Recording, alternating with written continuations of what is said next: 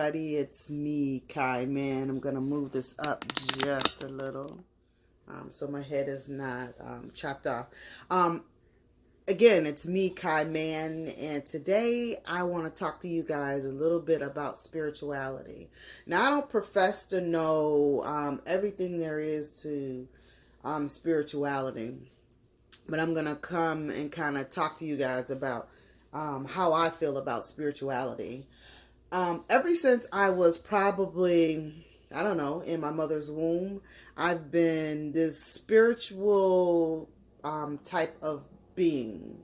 Somewhere along the lines, when I was probably about 8 or 9 years old, I went to Tampa like I normally do during the summer times. And I could have been a little bit older. I don't think I was older than 9 years old. But I went to church with my big cousin. Her family, my family, were always into church. So Sunday, that was the thing that we did. And this particular Sunday at their church, something kind of came over me. And I walked down to the front of the church during that time when they tell you, just come. And I got up and I just went. And I think for me, it was almost at that particular time like something, of course, compelled me to get up to walk down to the front of the church and get saved, as we call it. Now, my cousins, they're a lot older than me. They had their own children at the time. So it's like you have this little cousin that walks down the aisle and gets saved. They think that I'm, going to the bathroom. But, of course, that's not what happens. So that's like my first outward experience of what I began, or I believe that began like the spiritual road for me. As a child, I was always one who would be reading the Bible. I probably was about 23, 24 years old one time when I had gone back home to Florida, and I had a friend of mine stopped by my mother-in-law's house and said to me, hey, I heard you were in town. I just happened to be in the neighborhood. If you could just stop by my house, I have something for you. And this was a friend that, off and on, somewhere around the age of 12, 13, I don't know, maybe up until almost like high school. I think after high school, I didn't really spend a night with them anymore. But I used to spend the night at their house. She had an older sister. And so I went before I left, Florida. I stopped by there and had a talk with her and her mom. And so she brought me out this Bible. And I still have this Bible to this day. I thought I had it on the couch here, but I didn't. I must have moved it. But she brought me out this Bible. She said, do you remember you used to walk around with the Bible like you were always constantly reading the Bible? And I did not remember that while she was telling me that. I went home and I thought about it and I was like, yeah, I did used to read the Bible a lot. Anyway, I said all that to segue into something that I want to talk about today, spirituality and what spirituality looks like. And so a couple weeks ago, and it's been something that's really been on my mind, a couple weeks ago, I bought this book called The Crystal Companion, and it's by Judy Hall. I'm into crystals. I'm into everything that I believe that God has placed in this universe to help us move along our path. And crystals are something that I've been kind of getting into. I've been getting into, chakras, doing chakra work, healing your chakras, that type of thing. And so this book has really, I'm literally on page like 30. Yeah. I'm looking at, when I stop, I highlight. That's how I operate. I highlight, I underline things. And I don't know, that could come from my experience of being in the church, so to speak. And when, the pastor says, underline such and such, and then you underline it. But anyway, so, I have been talking to my partner about spirituality as well. And, after I had read this one page, there's a page in here. Well, this book, it doesn't just talk about crystals, but it goes through how crystals work, and it really delves into how each crystal kind of aligns with our chakras.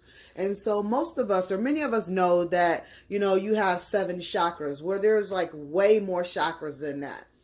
And so this kind of goes through, the different chakras: past life, the soma, heart seed, altar major, soul star, stellar gateway, the causal vortex.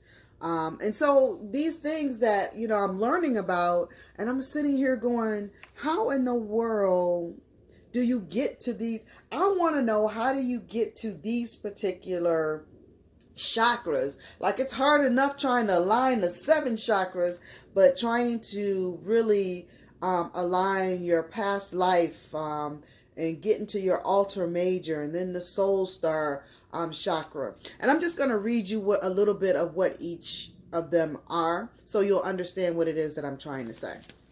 Okay, so the past life is located behind your ears, and it deals with memory and hereditary issues. And this is important. The function where memories of previous incarnations are stored together with deeply ingrained soul programs and emotional baggage. Past life chakras hold soul contracts, intentions, traumas, dramas, gifts, lessons from many lifetimes. It links to the karmic etheric body that stores soul wounds, physical or emotional, recreating psychosomatic dis-ease or physical dis-ease through subtle DNA memory traces.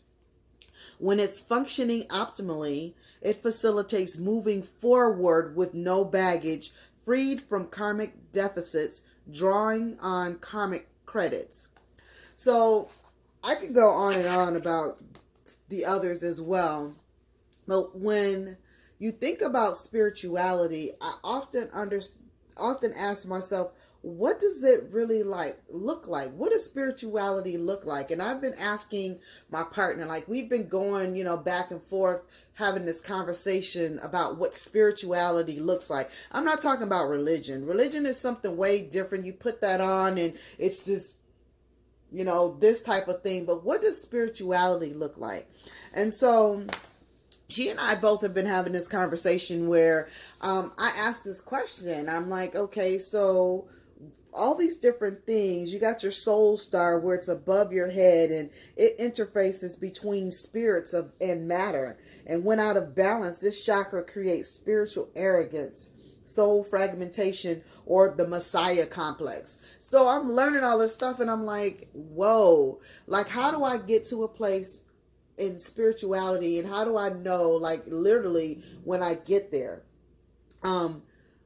We have this idea, these preconceived notions that spirituality looks like this holier than thou person, this person that walks around, either in white, they don't do anything wrong, or we have all these just preconceived notions, and they're not even accurate.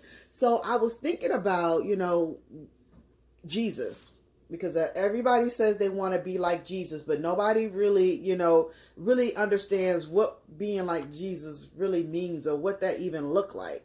So when I started thinking about, some of the things that I've read in the Bible where, Jesus sat and he spoke, did Jesus not tell jokes? Did he not have, his disciples cracking up?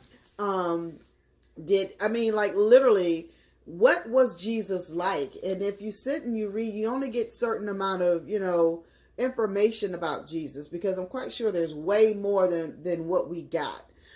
But at any rate, you sit here and you wonder, what was Jesus like? Okay, so some scriptures where they talk about, some of the men laying their heads on Jesus' chest or in his lap or whatever. You would not catch a brother laying in another brother's lap in 2018. But could you imagine being so spiritual, so into the spirit nature or the spirit self, that you don't have ego problems, that you don't think about, what something looks like to some other person, that you're able to just be who it is that you are around the person who does not judge you, does not, look at you in any other particular way other than that you are a child of God, or that you are this spirit man or this spirit, woman, or whatever the case may be. And I'm going to really delve into this, and I probably will be talking about this a lot, because to me, this whole spiritual thing, I want to know what it's about. I really want to know what it's about, because when you think about spirituality and you think about things of the spirit is this energy that's within us. It's not this body, has nothing to do with this body. When this energy came into being, it already was. This energy, this spirit, it already was before it got tapped into this body. And when this body is no longer working, it's going to leave this body and go someplace else. This spirit has always been. So how do I tap into all the information from before it was in this body? How do I tap into all of that so that I can move in a different way? And what does that even look like, having the wisdom from past life? How do you even get to that point? And so I started thinking about what that looks like for me, dealing with the past lives, and, dealing with my spirit in such a way that I'm able to tap into the whole energy that is me. And it's about praying.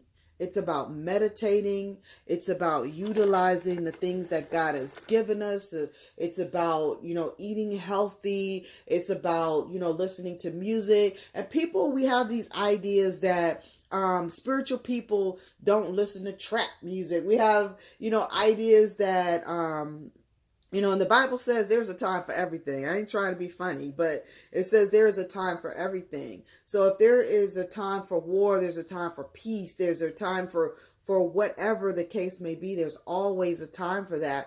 And how do we begin to move and know when it's time for certain things without a shadow of a doubt? Because we prayed, because we've meditated, because we have tapped into that whole energy thing that we are. Does it mean that, we walk around all the time? Does it mean that sister, sit down and pray? Is that what we do all the time? Or is it that we are able to just move with one, be at one with the universe, be at one with the water, be at one with all the elements of the earth? What does that really look like? And have you guys thought about that? What does spirituality look like for you? Because we always think how things should be for us, it should be for everybody. And that's not true. We all have different circumstances. We've all had different past lives. We've all been through different just situations within life. So all those things compounded into who it is that we are does not mean that our spiritual walk is the same, that our physical walk is the same, for that matter. But we have to always understand that people are at a place where they're growing at all times. So we can never judge the situation of who it is or their spiritual man at that particular time. Anyway, so this is a subject that I'll be talking about. And I hope that you guys will join me as well, and place some comments and let me know what you think about what spirituality really looks like. When you put spirituality on, what does it look like? We know that it's a caring, loving spirit. If it's a caring, loving spirit, then it cares and it loves all the time. It doesn't matter what's really happening. Or is it that, there's sometimes when it's not loving and it's not caring? Let's talk about it. Put some comments down below. Thank you. Peace. And that was spiritual, by the way.